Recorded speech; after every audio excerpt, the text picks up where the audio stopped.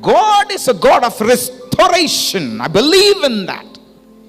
And all the miracles that he performed on the Sabbath day, it was all pointing to that God is a God of restoration. He will restore everything that you have lost, including the properties that you have lost.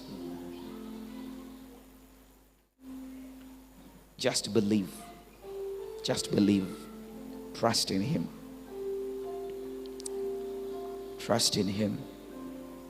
Just trust in him. Are you tired being lonely?